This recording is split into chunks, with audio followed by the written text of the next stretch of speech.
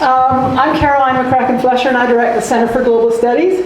And it really is a pleasure to welcome you to Centennial Speakers event, this last one for the summer of 2022.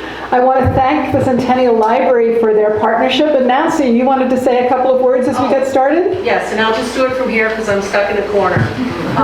We are so privileged to have the university come out and do these talks for us. I just want to remind everybody who's here, the books belong to Albany County. The building belongs to the Centennial Library and Cultural Association. So if you haven't thought of donating and would like to, we would love to have your money. Thank you very much. There's a lot of competition in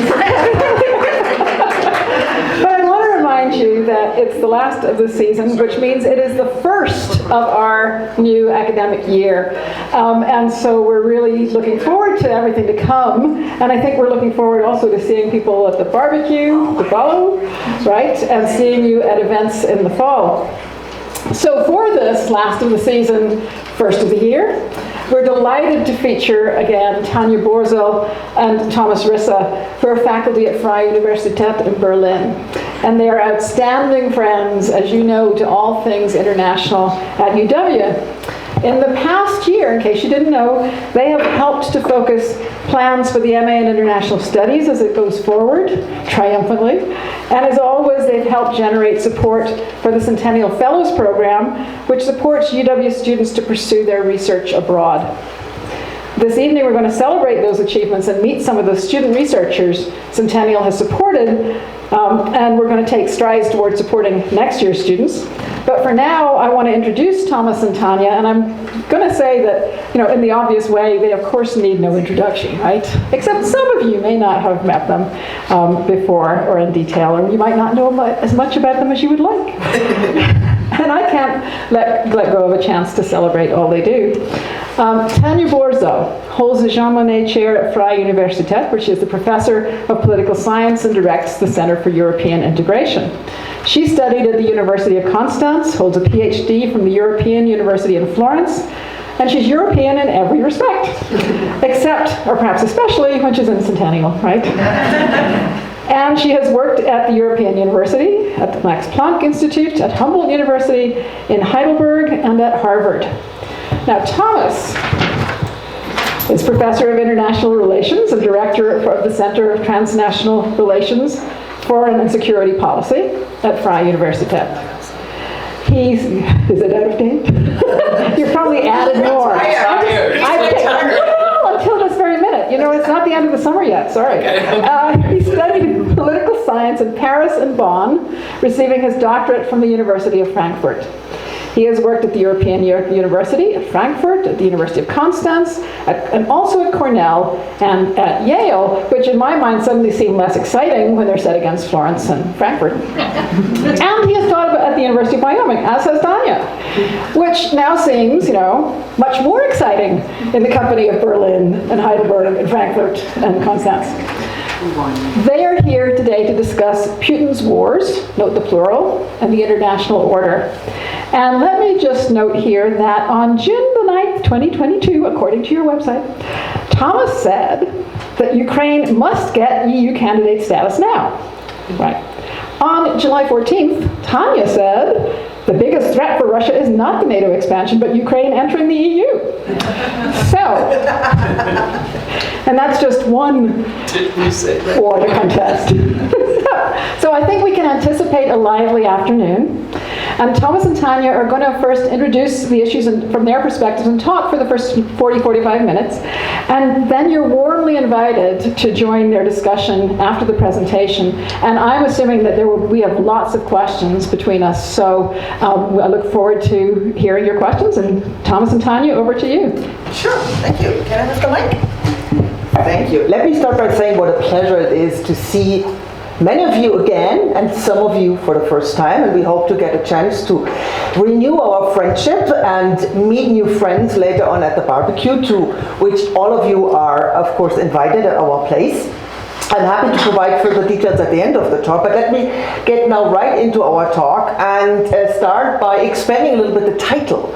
As Caroline mentioned, we will talk about Putin's wars in the plural, because as dramatic the current war in Ukraine is, it is sort of the last sort of act of aggression Putin launched over a period of more than 20 years against the global order. And I think it is important to put this war a little bit into perspective, because that has major implications for the future of the global order.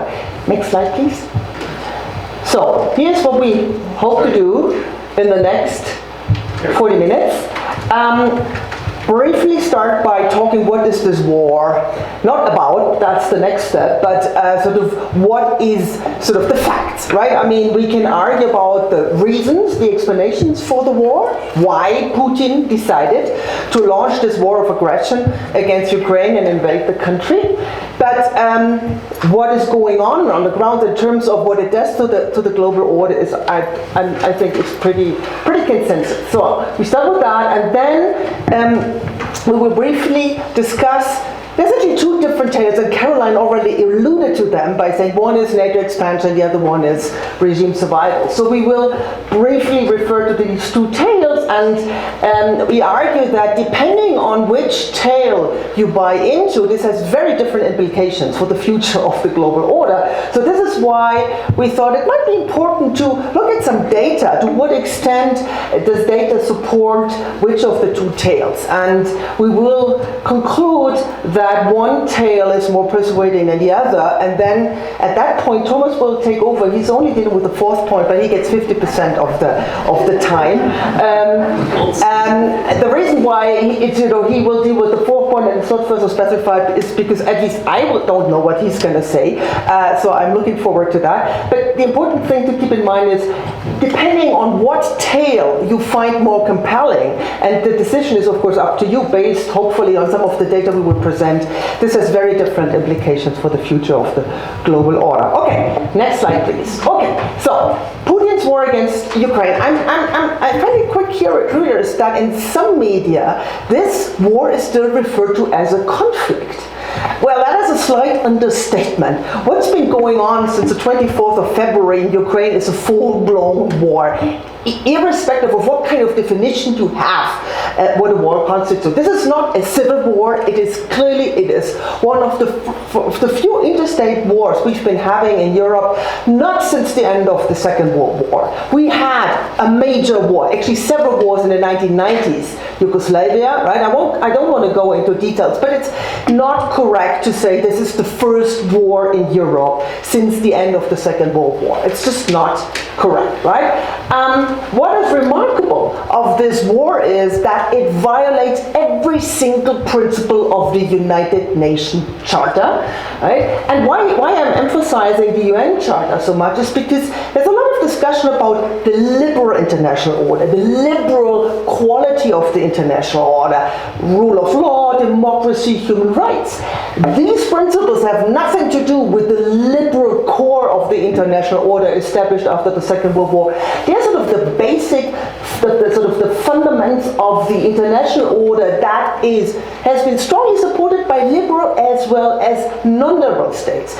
Funnily enough, countries like China have been very much emphasizing sovereign equality and territorial integrity, right? That is the sort of principles that are widely shared among all states around the world, which also explains why the resolution of the UN General Assembly against Russia's war in Ukraine has been so strong. Only 5 countries voted against, a number abstained, but there has been a very strong support in condemning Putin's war of aggression against Ukraine. And the reason is because it violates the fundamental principles of the international order that are widely supported by both liberal and non-liberal states. I think this is very important to keep in mind because it puts China in a very difficult place, right? Because on the one hand, China supports Russia in its alleged attempt to balance the Western hegemony and the post-Cold War order. But at the same time, China has been a key supporter and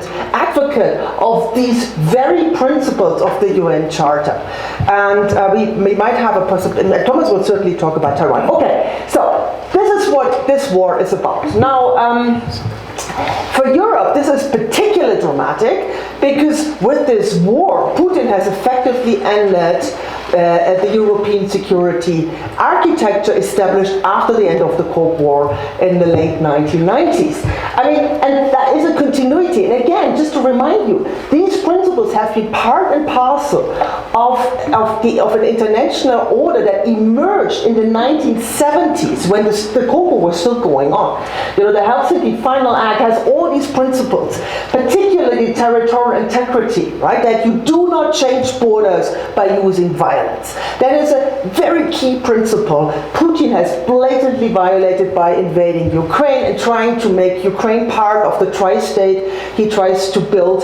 There is already a union between Belarus and Russia, and his goal with that war was to include Ukraine into this tri-state. Okay, so next slide, please. The big question is, why has he been doing this? What has motivated him in this massive violation of international law and the European security architecture?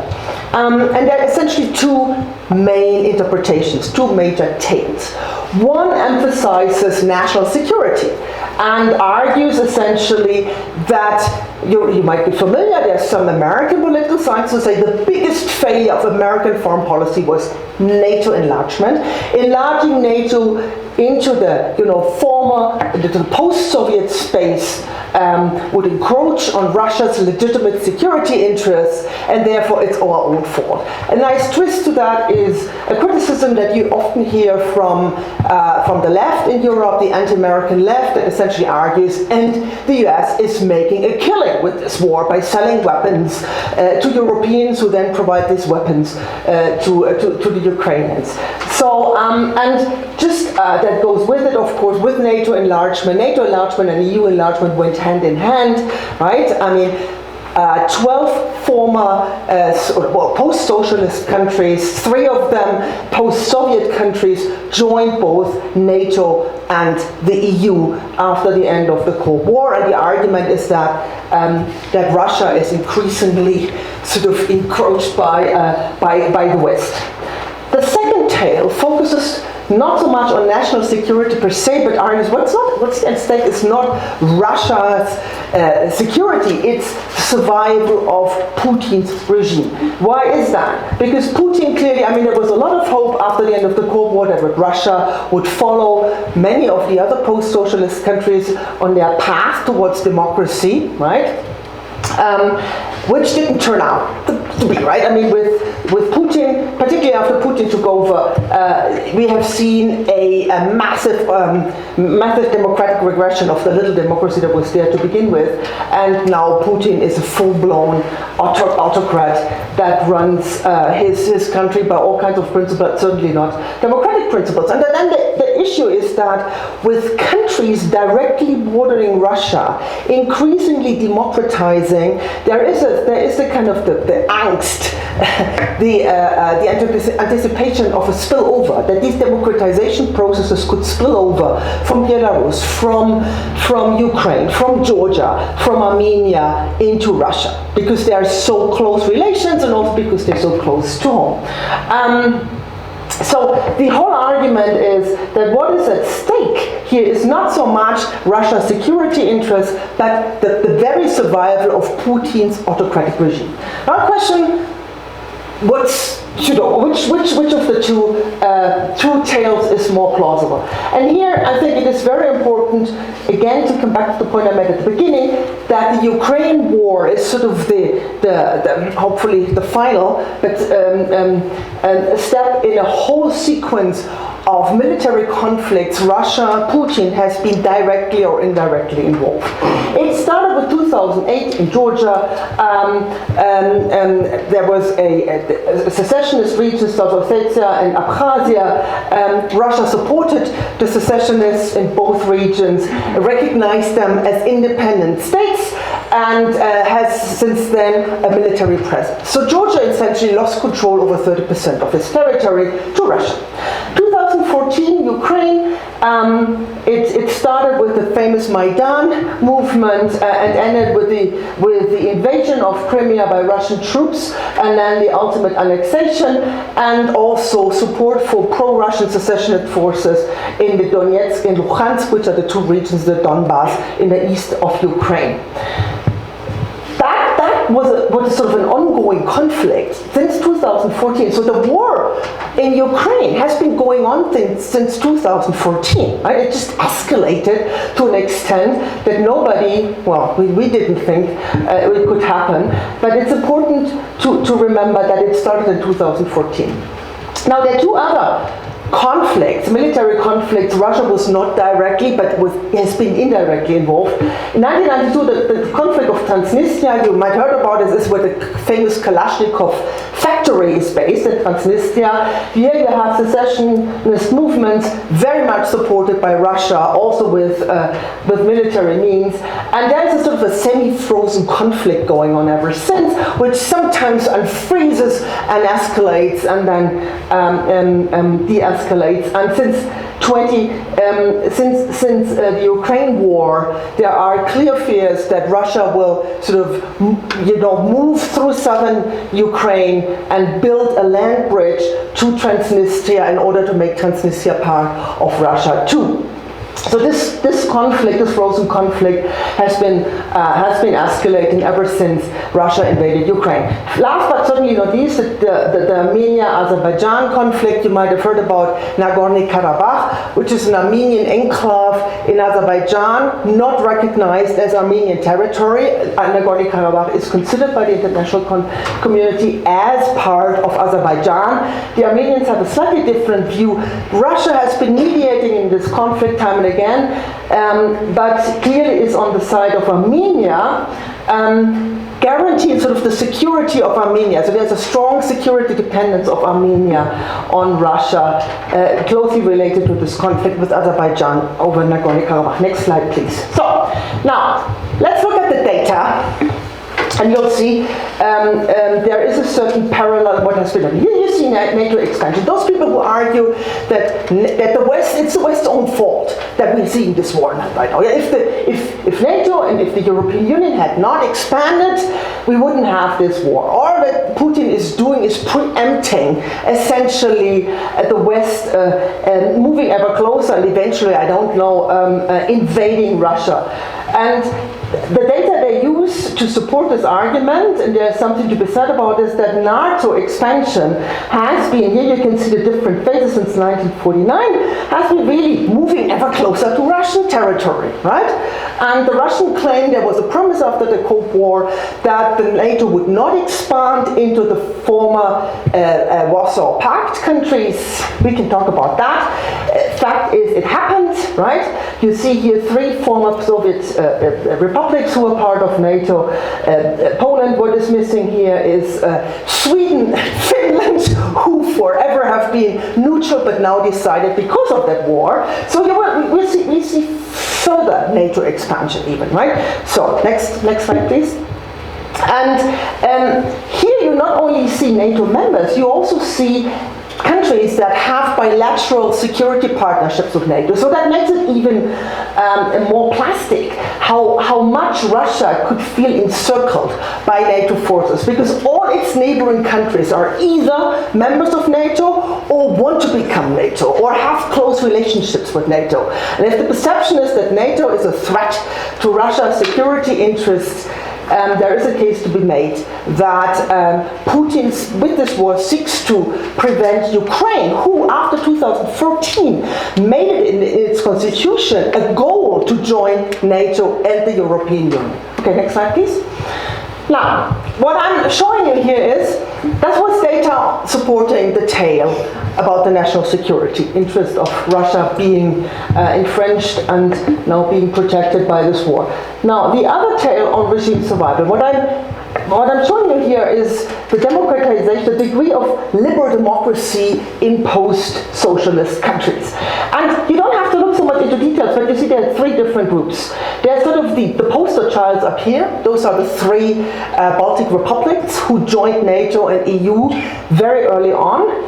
Down here you have the three last dictatorships in Europe. That's Russia, Belarus and Azerbaijan. And in between you have 5 countries that are sort of hopefuls, right? They're not on a clear trajectory towards democracy, but they sort of, it goes up and down, up and down. They're always there, so that they're pro-democratic forces, they're trying to push for democracy, but they not always succeed. And these are miraculously these countries in which Russia, where Russia has been involved in military aggression. Next slide, please. And just to make this once again, down here you have the 3 dictatorships, and here you have Armenia, you have Ukraine, you have Georgia and Moldova, and you see how this goes up and down, but they're clearly in a different league when it comes to liberal democracy than Russia, Belarus, and Azerbaijan. And these are the countries Russia is concerned about, and these are the countries where Russia has been directly or indirectly involved in military aggression. Next slide, please. Okay. Almost stop. Hang on. No, I think this is the same. I made the point of putting up that slide again with Putin's wars. Georgia, Ukraine, Moldova, Armenia. So Putin is fueling military conflicts within countries that have secessionist regions, or by directly intervening every time, and I could show you, there is even a sequence, every time when democracy is taking up in one of these countries, a few years later, you get one of these wars. So that, we would argue, clearly supports the argument that this is not about national security, it's about regime survival, Putin trying to prevent democratization processes, which clearly are aligned. And here the two tails meet, and this is my last point, that with increasing democratization, to protect their democratization processes, to lock them in, they want to join NATO and the EU, which are clubs of democracies. So there is something to be said that the democratization processes that threaten the regime survival of Putin at the same time also fuel security concerns, because democratization is the condition for joining NATO and the EU, and wherever these countries have made sufficient progress, they have been accepted, and Ukraine and Moldova and Georgia now having an accession perspective, a membership perspective, as a result of Putin's war in Ukraine is a case in point. And now I hand over to Thomas. Okay.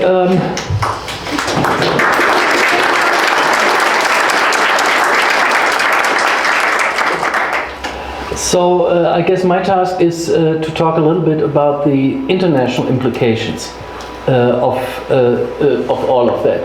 So I'm going to start with, you can call it good news, and some bad news, or at least ambivalent news. So let me start with the good news. And with good, this is of course a normative statement on my part. I do think that the transatlantic community is a good thing. I do think that the United Nations is a good thing, etc., etc. So there is a normative statement behind it. If you don't share that normative view, that might not be good news. So, all right. So the first good news is that indeed we got a swift and extremely comprehensive sanctions regime against Russia, and actually at rather high domestic economic costs. And half of these costs haven't even arrived yet. My own country, Germany, the projection is that it's going to cost, that the whole sanction regime and the repercussions of this cost 260 billion euros. The fall of the GDP by 1.7%, and roughly 240,000 jobless.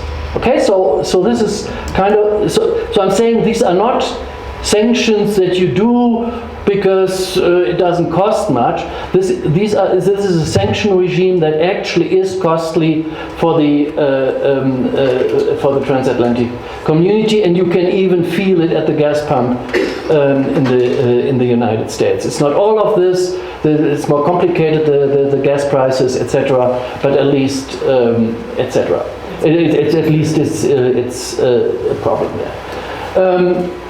In this context, the transatlantic community, and I'm studying the transatlantic community now for roughly 30 years, I've rarely, if not never, seen the transatlantic community so united as at the moment.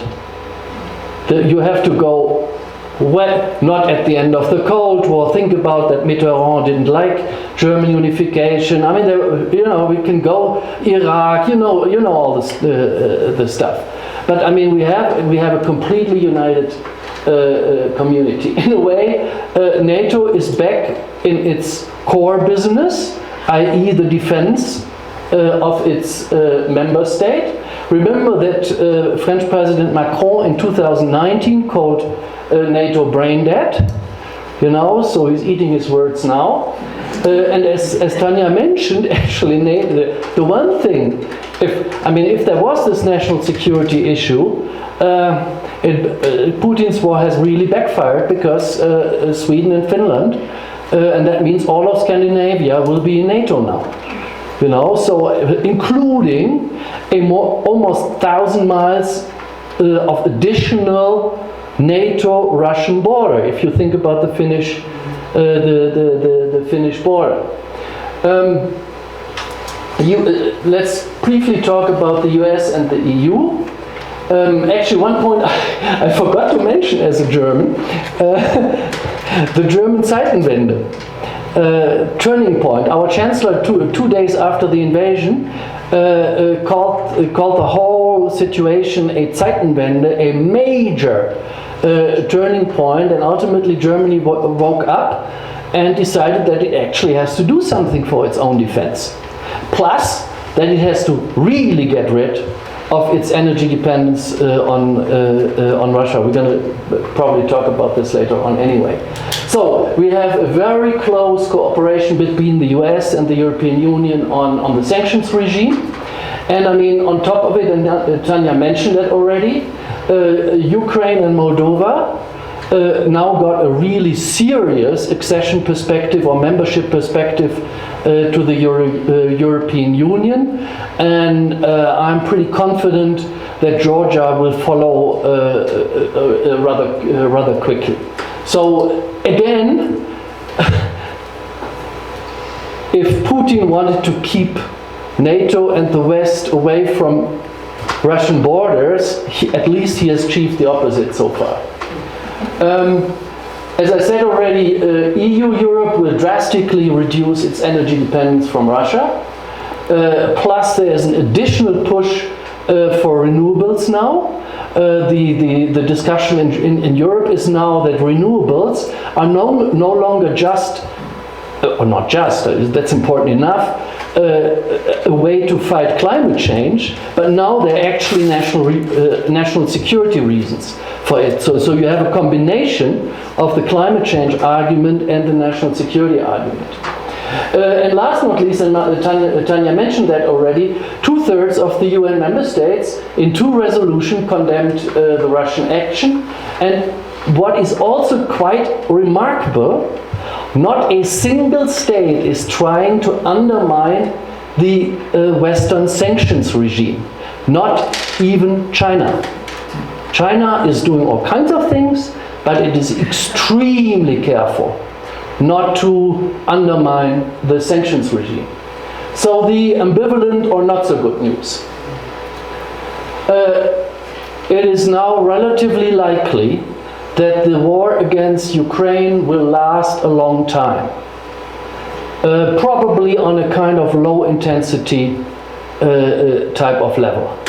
There is no current way out, ceasefire, or whatever. We can talk about this, but my estimate would be it's going to last a long time on a low level. It will be flaring up and down, but we probably have to live with quite some time. Next question is, how long will the Western unity actually last? So far, so good. But how stable is the domestic support on both sides of the Atlantic for the comprehensive sanctions regime? Just simply assume that we get, for once, a harsh winter in Europe, and then the lack of Russian gas, energy prices skyrocketing, and I don't know how long this is gonna last. On the UN, on the one hand, you have two-thirds of the member of the United Nations condemning the aggression, but if you look more closely, only a few, I would call it rogue states, aligned with Russia. I mean, North Korea and Syria voted with Russia against the things, but a lot of states abstained. And these states account for more than half of the world population. And it's not just China, it's India, it's South Africa, it's Brazil. So there's it's not so clear how much this international, how stable that international support is. Then the bad news, of course, is we got a global food crisis now in recent days.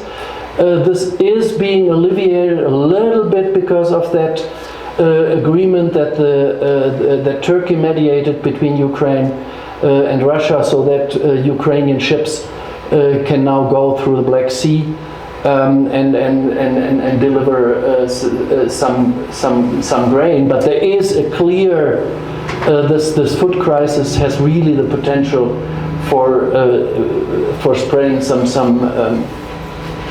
disunity internationally. Okay,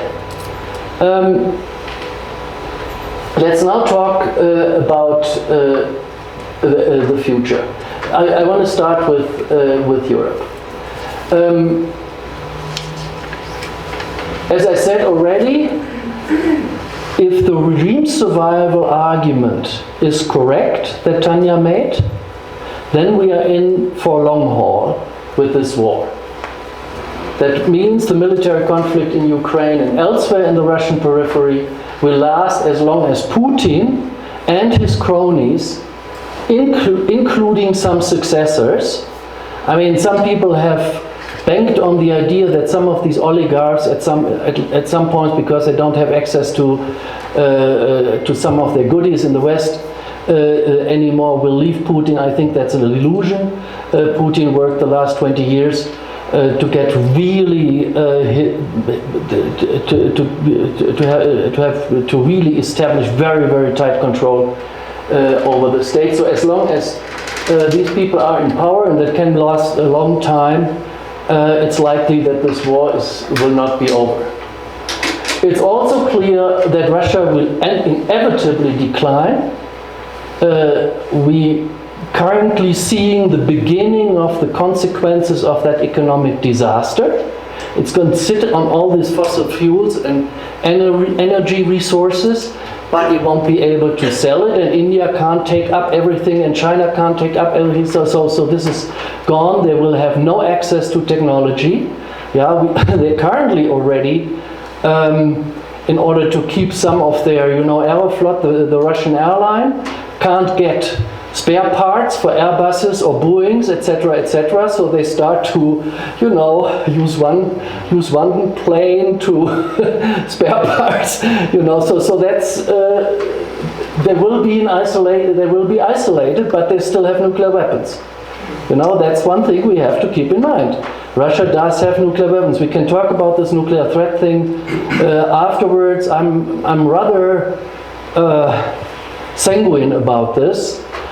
Because you did have really strong nuclear threats by Putin. Actually, for the very first time that somebody openly threatened nuclear war, but no action. If threats are I'm an old bombs and missiles guy. Back in the 1980s, I worked on these type of issues, and the first thing you want to look at is exactly what do the Russian nuclear forces actually do on the ground. Is there some movement? Are aircraft being moved around? What happened to the submarines, etc.? And you don't see anything. So at that point, these nuclear threats didn't have much of a consequence. Now, the next one is NATO is enlarging. We talked about that. The European Union will enlarge. We're going to have a new Cold War in Europe. It is not driven by democracy versus socialism this time, but kind of what you can call democracy versus authoritarian nationalism. So we're going to see containment on the one hand, and maybe some very strictly limited cooperation still with Russia. For example, we still have Russia inside the negotiations on the Iranian nuclear deal. So it's not that all the ties with Russia are gone, but it will be very, very limited. Next slide, please. So, and now let's talk about the world. I think there are three key factors for the future. First is China. What lessons will Xi Jinping learn from the war against Ukraine and from the Western reaction? And I put immediately Taiwan. I mean, we had this discussion, we had the situation last week with Nancy Pelosi's visit, the Chinese reaction, etc., etc. So one real key factor in this entire equation is, of course, what China does. And if we use the regime survival argument, then Xi Jinping also has a problem. Because his entire, or the regime legitimacy depends on the regime being able to deliver goods. Yeah, because Chinese have no input, so at least you can build up middle classes, you can build up economic growth, etc. Number one, economic growth is on decline in China. Number two, Xi Jinping's response to COVID has really hurt the legitimacy of the Communist Party everywhere in China with these absolutely brutal lockdowns. Now, and think about it, a country, and that tells you something about a police state, by the way. If a country is able to lock down a city like Shanghai with 25 million people, I mean, come on, this is, wow, so, but I mean, this goes right into the regime survival issue. So China is a big factor. The next key factor concerns us in the West. How resilient are actually Western democracies in the long haul? What happens to the crisis of US democracy? I couldn't call it differently. We can talk about this later on. But also what happens in the so-called liberal European Union. We're going to face elections in Italy in a couple of weeks, and it's very, very likely that a very, very right-wing nationalist government will be formed in Italy. And as a result of this, so much for European unity. So I'm saying that not all is good. And again, what will the rest of the world do in this situation? How will Asia, Latin America, and Africa react to these developments? Because to some extent they couldn't care less. Yeah, you hear from your colleagues, South African colleagues, that this is your European war. I mean, I'm sorry, we have quite some different problems. And so forth. So how does the rest of the world react? So let me then conclude with 4 scenarios. 2 of them I find likely, 2 of them I find rather unlikely. I start with the unlikely one. A kind of scenario, this is the last one, scenario 4 here. Happy ever after. This is a little blip in the history, but the liberal international order, all the good things will survive, and we will be in ideal time 10 years from now. I find that rather unlikely. I also find the opposite scenario totally unlikely, or rather unlikely, and we can go about the reasons for this, that we're going to face a collapse of the global order and a total increase of these type of regional conflicts, wars, etc., as some people are predicting. What I find more likely are what I call the scenarios 1 and 2. Scenario 1 would argue that the next 10 to 20 years will be structured globally by the emerging, or not so much emerging, but actually already being in place conflict between the transatlantic community on the one hand and autocratic China on the other, as a global conflict for the remainder of the 2020s and beyond. That is a scenario. You have a very strong consensus, if to the extent there exists still a foreign policy consensus in the United States on China.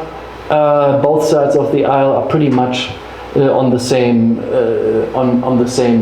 thing, and the Europeans are increasingly worried about China. I mean, business interests. We can talk about this for hours. So that's a likely scenario.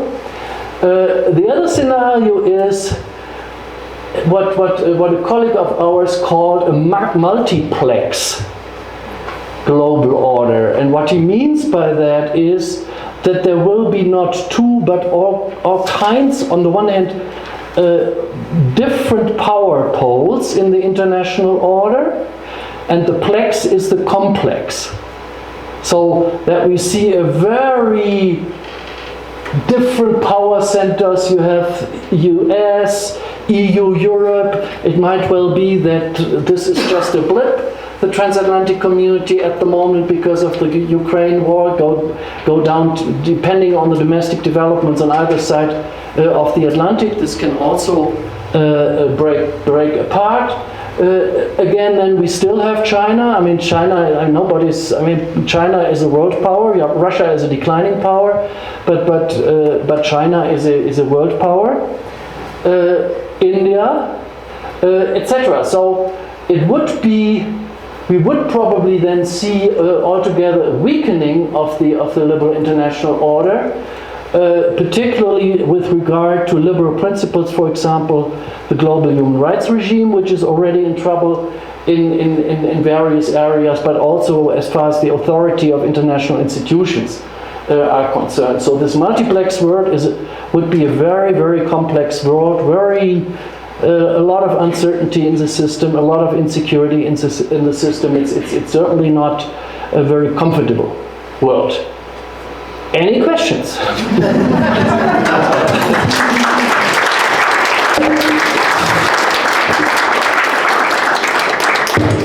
So thank you both very much. Thomas and Tanya are mostly going to manage their own questions, but I'm going to help spot questions in the audience. So. Please. April. Hi, my name is April French, and I have lived in Russia, studied Russian history, but my question actually has to do with the UN Security Council.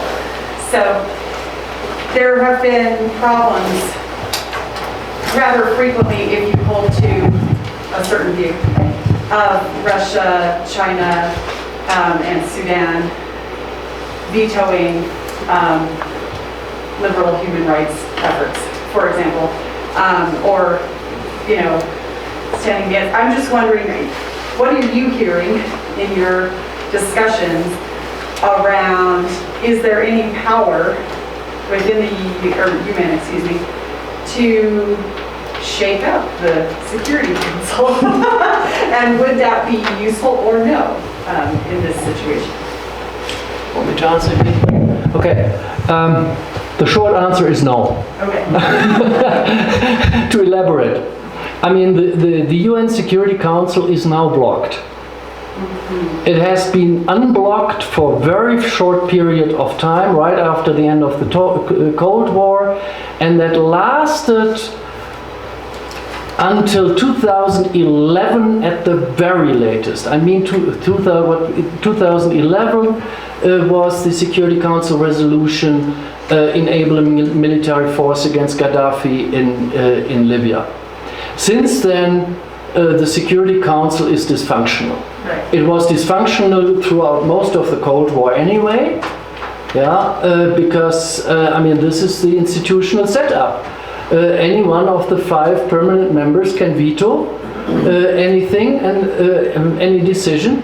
And that is what we're currently seeing, which actually explains to some extent why Western states moved to the General Assembly again in order to get resolutions going on Russia. Yeah, it was clear that nothing would happen in the UN Security Council. Now, reform proposals, that's another history of the last 30 years. And again, I'm very pessimistic on this one. I mean, the Security Council composition is a child of World War II. It's the victorious powers of World War II. Yeah, it has very little to do with the current reality of the world. Okay, you can say US and China should still be represented. That's okay. But what about France? France is represented in this. France is represented. UK. Why UK and France? Where's Brazil? Where's South Africa? Where's India? I mean, we could go on and on and on.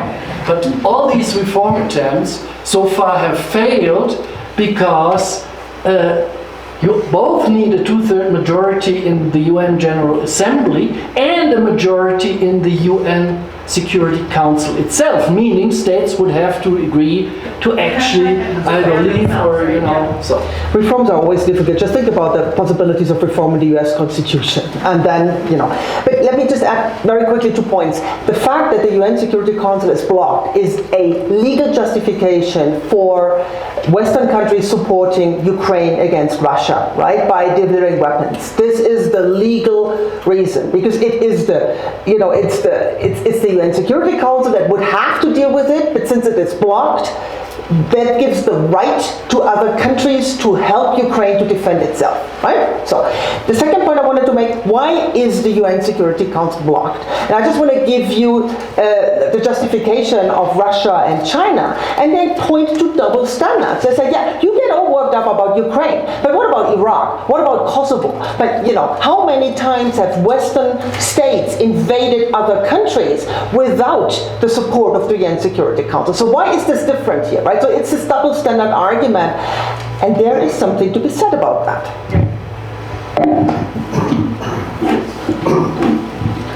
Back to your 4 scenarios, where does this scenario fit in?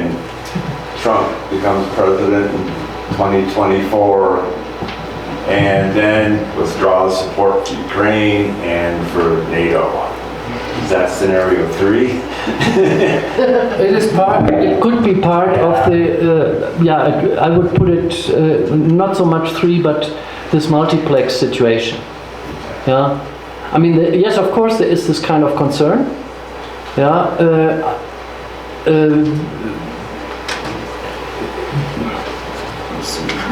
we'll see. No, but I mean, it would clearly. This is why I said that the transatlantic unity at the moment, is at the moment very stable, but can destabilize very quickly on either side of the Atlantic. Yeah? Let's assume, for a moment, counterfactually speaking, that Putin had invaded Ukraine while Donald Trump was still president of the United States. Would we have seen the same unified response? Okay? So this is really, I do think that a majority at the moment in the Republican Party at least supports the sanctions regime, and they're very clear on this. Yeah, but I mean, Also because of China. I mean, I think that is something the Europeans have yet to understand, that for the US and the sanctions against Russia are as much targeted at China, like a signaling device. Don't even think about touching Taiwan. That's the first one. And I think that's widely shared across the aisle. And second point is 2024, that's still 2 years, right? I think it's much more likely that, you know, support for Ukraine will fall apart in Europe with a post-fascist government coming to power in Italy. We don't know what the energy crisis is going to do to Germany. You know, I mean, if the Germans have freeze through a winter, let's see how much is left of solidarity for Ukraine, and there are a number of other countries. So I think at the moment, the unity in the transatlantic community is more threatened on the European side before we get to 2024 in the US. Lower your microphone just because, Dan, I think your voice will project better. How much credence did you give to Putin's initial rambling statement when they invaded the Ukraine, where he denied that the Ukraine was a country and absolutely insisted that the Ukraine was part of Russia and had always been part of Russia? And Putin's held this position for a long time. Yes. If you saw the opening ceremony for the Winter Olympics in Russia, I mean, that was absolutely, you know, this is Russia. The Rus established Kiev, and then in a couple of centuries they moved to Moscow, and that was the whole message of that opening ceremony. So he seems to be genuinely convinced of the veracity of this theory of history. I mean, this war hasn't come as a surprise. It shouldn't have come as a surprise. In 2007, Putin already talked about his ideas about a security order in Europe, where he was very clear that he wouldn't accept certain things to happen, right? Now, the argument about Ukraine being part of Russia and going back in history, you know, if we Germans did that, we could probably lay claim on half of Europe. I mean, this is why the European security architecture, already during the Cold War, has been based on the principle that you must not change borders by force. You can change borders, but this has to be by mutual consent of, you know, all countries involved. And it has happened with Czechoslovakia, right? The breaking up of Czechoslovakia, that was a peaceful thing. It hasn't happened in Yugoslavia. And this is why Europeans get very nervous when one country starts arguing, well, you're part of us, right? And you've always been part of us. So it's just legitimate to invade. Again, Germany is not the only country who could try to justify these kind of conflicts. think about Austria. Or Austria. Go back in history. Come on, folks. Italy, for that matter. How far do we go back in history, right? It is part of the Russian narrative. One has to understand that. Yeah, it is. Yeah, it is And clear, let me- and it has been developed over the years, and they are in their own bubble, if you want, but they have developed that type of narrative. And of course, it's extremely threatening for everybody else. Exactly. Let me just add one more thing. The European Union, European integration is based on the idea of de-emphasizing borders. Precisely because borders are such a tricky issue, the idea is to overcome these borders, to make them less important. That doesn't mean that the nation state will go away, but they're part of a larger entity. And I think that is something we should not forget when we talk about the return of geopolitics and the return to economic nationalism and what have you. I think Europe is a critical case here, and if we give up on this idea, that will have huge implications for the international order. And we have a question in the very back row to begin with, and then Lou will go to you. And if people could introduce themselves as they ask questions, that would be very helpful. And we might repeat the question up here because we don't have a microphone back there for you. So my name is Sean Nethertoft. I live in Sikari, and the question I have is about Hungary and all of this. Hungary seems like a complete X factor with the kind of ethno-nationalism that Viktor Orban is practicing, and how does that shape in all of this question? That's an excellent question. And one of the remarkable things about the unity of the European Union, right? I mean, there are two instances in which people were very surprised about how strong European member states stood together. One was Brexit, much to the surprise of the British government. They really thought they could, take us apart and particularly, isolate Germany and then build here a coalition against the others. Didn't happen. And the other was sanctions against Russia, right? And Hungary being the critical case, because previously, let's not forget, this war has started in 2014.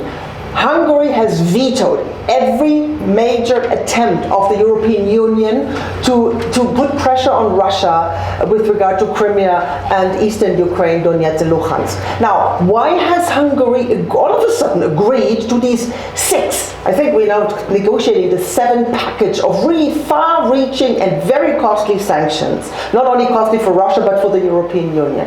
Why has Hungary gone along, despite exactly its ethno-nationalism and its close relations between Orban and Putin and all that? The answer is simple, because Hungary is completely isolated.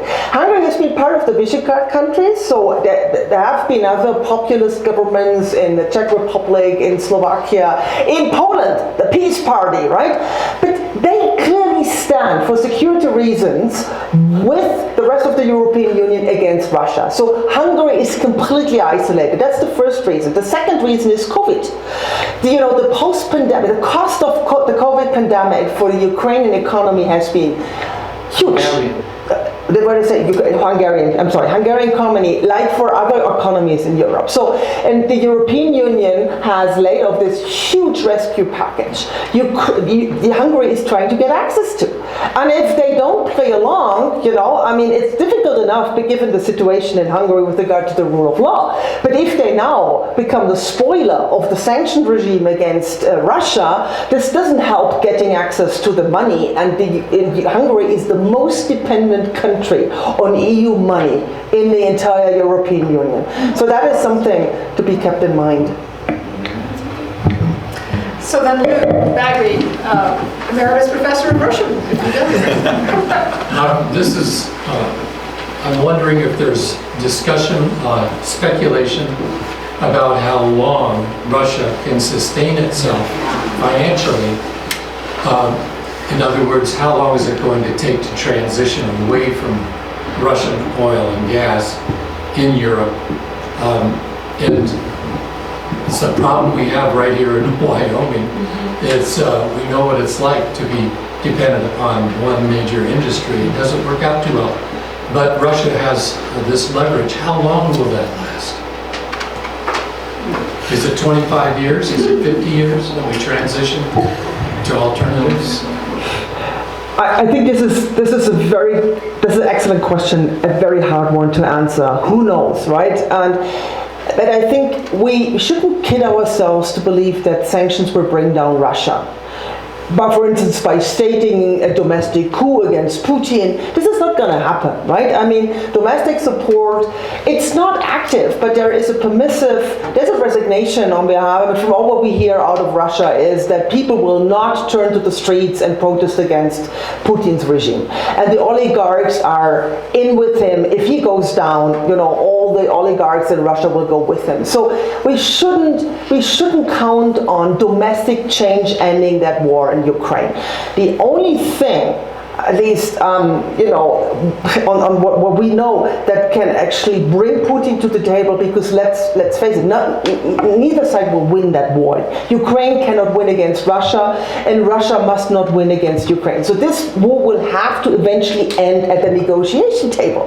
But the question is, how do you get Putin to the negotiating table? Economic sanctions, until they really bite to the extent that it threatens the survival of his regime, this is going to take years, probably, right? So this is at least a justification for the European Union, and I also believe for the US, for supporting Ukraine in holding up against Russia and forcing Putin to understand that he cannot win this war and that he needs to get out of this war before the costs are so high.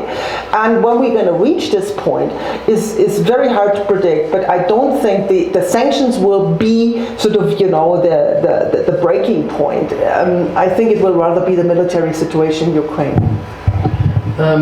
Maybe one point to add. I think the transition, the energy transition in Europe, that is better to predict. That's going to accelerate. Yeah, I mean, my country, the Germans, finally woke up. Yeah, I mean, the Americans saw this coming. I only say no, Nord Stream 2. You know this disaster. Yeah, that was a disaster 5 years ago already.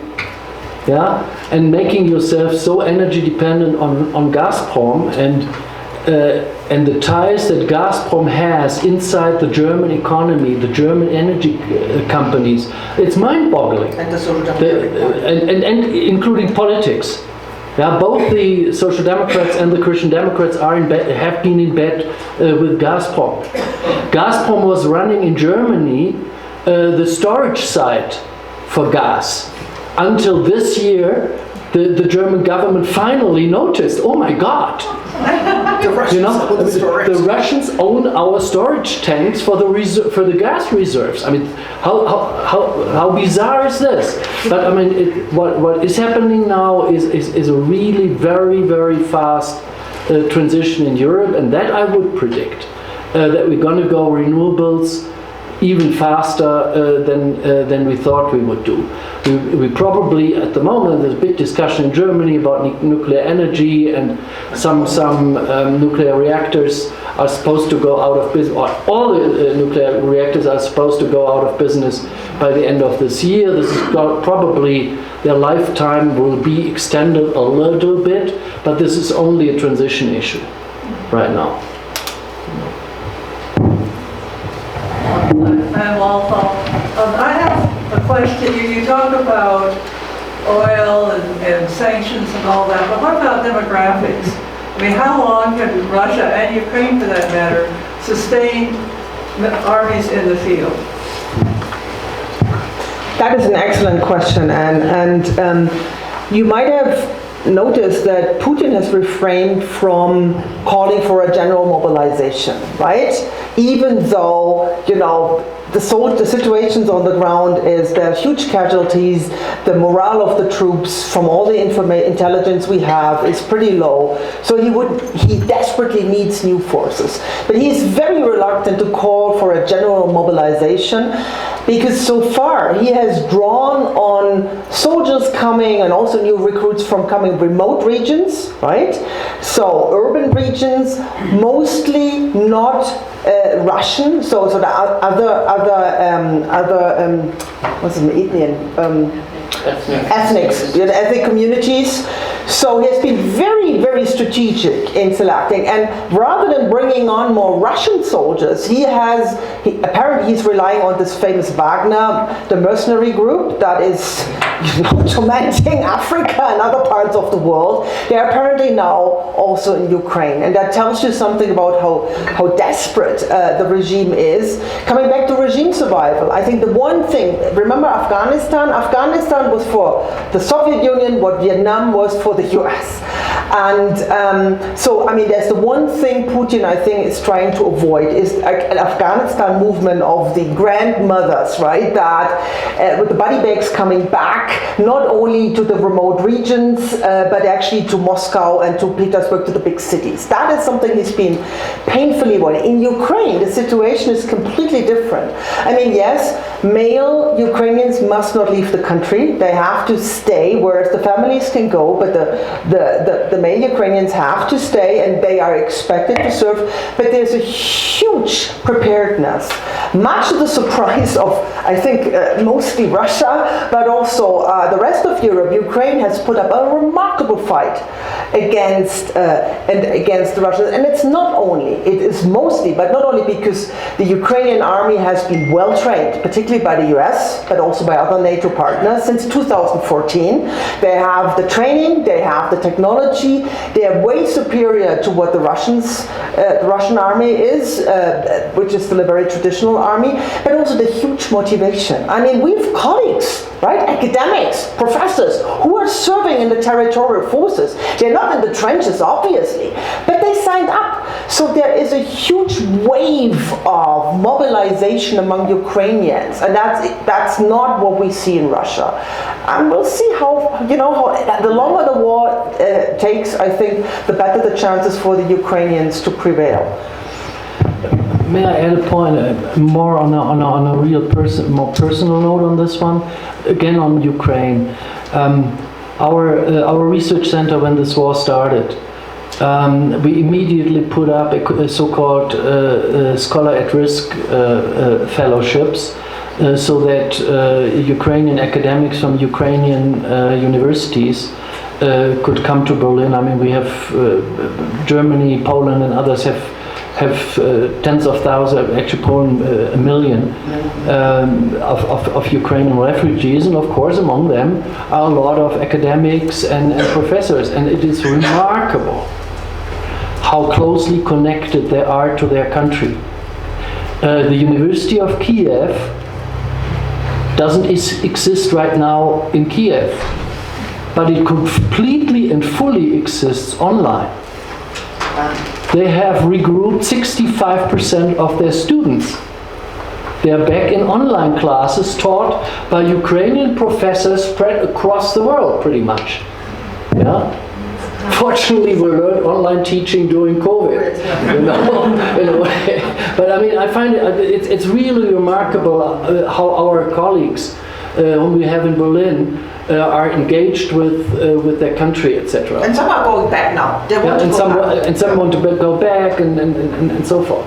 And there will be, and I'm pretty confident about that, there will be enormous support, particularly from the European Union, but also from the US, for the reconstruction and rebuilding of Ukraine. The new Marshall Plan. Call it a new Marshall Plan. These historical analogies always make me. But anyway. Joe, I think you have a question. I want to just make one connection here while we're waiting for the next question, which is that during the withdrawal from Afghanistan, UW set up an Afghan Scholars Rescue Fund, but it is not restricted to only Afghanistan. So if you have an interest in that kind of support, you can talk to me or to Sean or Kelly or to Jean or to Isa Helfgott, who is the person most nearly affiliated with it. And so Joe, let me... Given the probable weakening of Western alliances, including the U.S. weakening, do you think the U.S. is going too slow in delivering advanced weapon systems to Ukraine? That's your question. Actually, I don't think so. Actually, the US has been pretty fast. There was a discussion in my country that the Germans should put their money where their mouth was, and so for the Germans, but the Brits and particularly the Brits, I guess, and the US have been rather fast. The other thing is, you cannot simply ship over advanced weapon systems without training people. Yeah, I mean, it doesn't do you any good if you have an advanced weapon system and nobody can use it. So that inevitably slows it down, but we can see it now. I mean, this entire Russian offensive in the Donbass from the east is being halted, and by two factors. Number one, the Western weapon systems have arrived, and number two, three points. Western intelligence. Yeah, I'm absolutely sure that, there's so much noise in the scholarly literature right now that I'm absolutely sure that British and American intelligence is feeding right into the Ukrainian military headquarters in Kiev and elsewhere. But what I wanted to say is, now you have the Ukrainian army is a well-trained modern army. I mean, one of the things we were really surprised, and I'm wondering about your analysis of this. So as a former military analyst, we were all totally surprised by the old-fashioned way in which the Russian army was operating in Ukraine with extremely top-down, hierarchical command and control structures. Yeah, and this is, I mean, this has been changed in NATO since the 1980s now. Yeah, I remember in the 1980s when this kind of thing came up, that local commanders need to have enough autonomy to call in air force, to call in intelligence. We called it at the time integrated battle, etc. But very little of this seems to have arrived in Russia, and people were really, really surprised how old-fashioned this is still going. So back to your question, I think we are doing okay. We have made, for good reasons, there are two lines in the sand. For example, when there was the discussion about a no-fly zone, that was being rejected because chances would be that NATO aircraft then would get into direct combat with Russian aircraft. As a result, you would have a NATO-Russian war, and it was decided not to do this given the risk of escalation into nuclear. And the other one is that I think the US made it very, very clear that they don't want the Ukrainians to fire these advanced weapon systems onto Russian territory. Yeah, they apparently found other ways around this by now. Because I mean, there have been ammunition depots, etc., have been exploding on Russian territory. But we still withhold planes. I'm sorry? We still block them from having planes, aircraft. That is correct, yeah. But again, then you need advanced training for this. This is why we sent our old MiG aircraft that we still had in the NATO depots. In fact, the former socialist countries that have been part of the Warsaw Pact, they're sending their old weapons because the Ukrainians are trained on the same equipment, right? So, and then we Germans are supposed to substitute what the Poles are giving to Ukrainians, right? So they get the newer technology from us, which we don't because we can't, or we don't want to, I don't know, but I mean, that's a separate story. But I think it is very... That's a separate story about the dysfunctional German army. But so we really have to keep in mind that you need the more high-tech the weapons are, the more training you need, right? And so there is a trade-off here. And just a little anecdote, very briefly, Bulgaria was the last country that was producing ammunition for particular weapons from the Soviet times. And Bulgaria's GDP is going through the roof. They're making a killing by providing, Ukrainians with this ammunition. It's really interesting.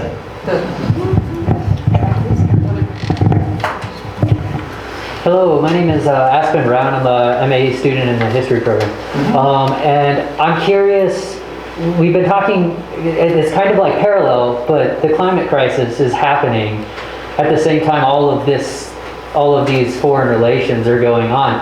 And how much in the back rooms and the discussions in either national or international cabinets are people really talking about how climate is going to affect the next 20 years, especially if we get into this multiplexity global order where you're talking about fisheries or other kind of natural resources. I mean, Antarctica or the Arctic for oil or things like that. Is that part of the conversation at all?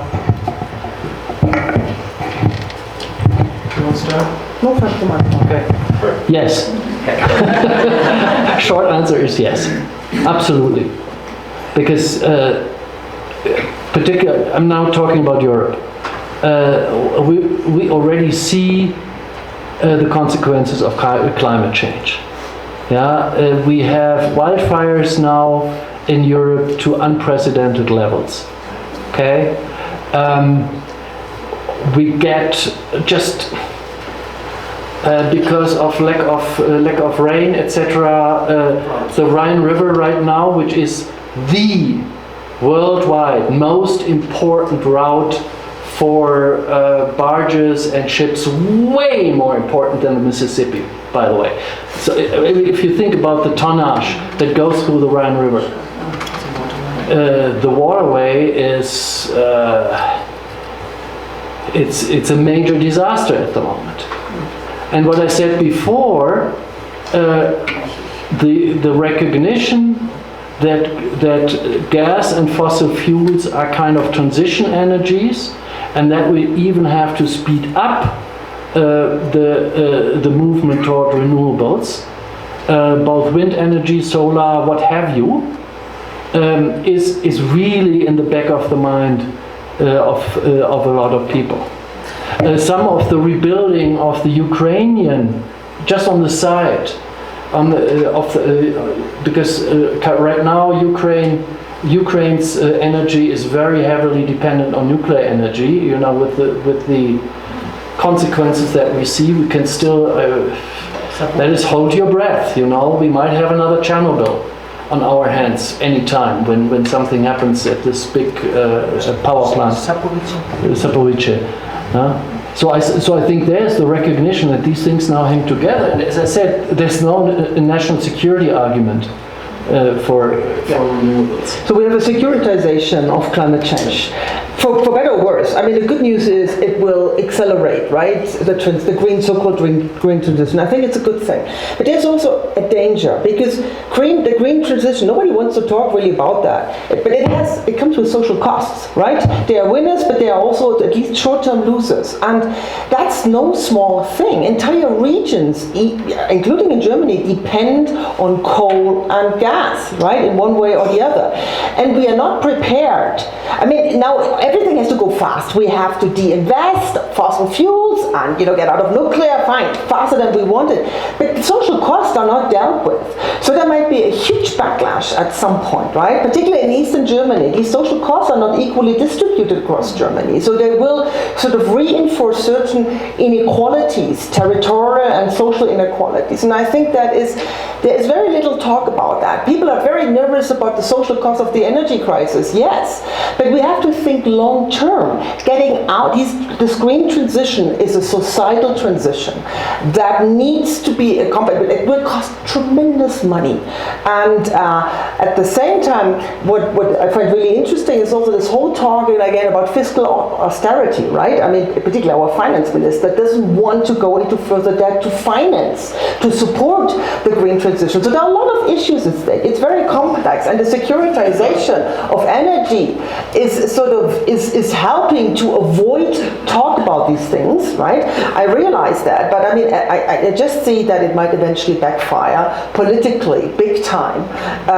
So the populist movements in Germany and other countries are just waiting, and what is currently happening in Italy might be a first indication of what we might get into ourselves. You're more optimistic, and I hope you're right, but I think we need to be aware of that. That's all I'm saying. So we have one last question? Or are we going to end on a note of optimism, sort of? Lou, okay. So we got two last questions. Sorry. I want to make you nervous about some historical parallels, if I could. Next question. Stalin wanted to evacuate the population of Ukraine entirely. Stalin's decollectivization program in the 30s led to intentional famine in Ukraine. There's a history of Russian animosity towards Ukraine, and it seems just to be occurring all over again. I mean, the kind of scorched earth policy that Putin's capable of. How does this inform what's going on today? Do you think there's something deeper going on historically within the psyche of the Russians vis-a-vis Ukraine? I think I forgot there is a term for that, for this famine, the Ukraine. Exactly, and I'm surprised how ignorant a lot of Europeans are about that, right? And I think many Ukrainians, younger ones, haven't necessarily been aware of that, but it's a powerful narrative. And Zelensky is a wizard when it comes to communication.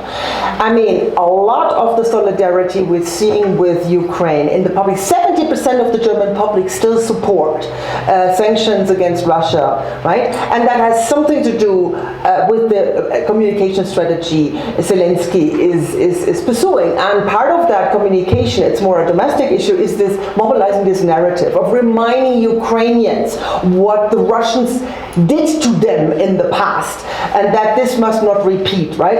And I think at the same time, Zelensky has also used German history in Ukraine, right? We've done terrible things to Ukrainians also as a means to mobilize support, and I think it has worked to some extent. Yes, so the short answer is history is tremendously important because there are these narratives that can be mobilized to generate support both in Ukraine but also outside of Ukraine. In that case, it is past time to go fire up the barbecue. So, we want to say thank you, first of all, to Thomas and Tanja